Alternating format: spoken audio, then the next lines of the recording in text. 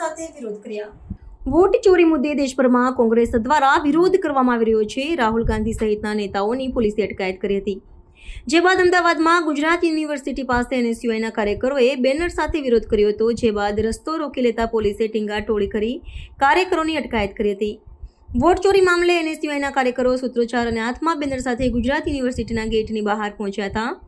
વિરોધ દરમિયાન એનએસયુઆઈના કાર્યકરો હાથમાં બેનર સાથે રસ્તા રોકવા લાગ્યા હતા। આ દરમિયાન પોલીસે કેટલાક કાર્યકરોની અટકાયત શરૂ કરી, ત્યારે કાર્યકરો રસ્તા રોકીને રોડ પર બેસી ગયા હતા, જેથી તમામ કાર્યકરોની ટીંગાટોળી કરીને અટકાયત કરી હતી, જે બાદ ગુજરાત યુનિવર્સિટી બહાર પોલીસ બંદોબસ્ત ગોઠવી દેવામાં આવ્યો હતો।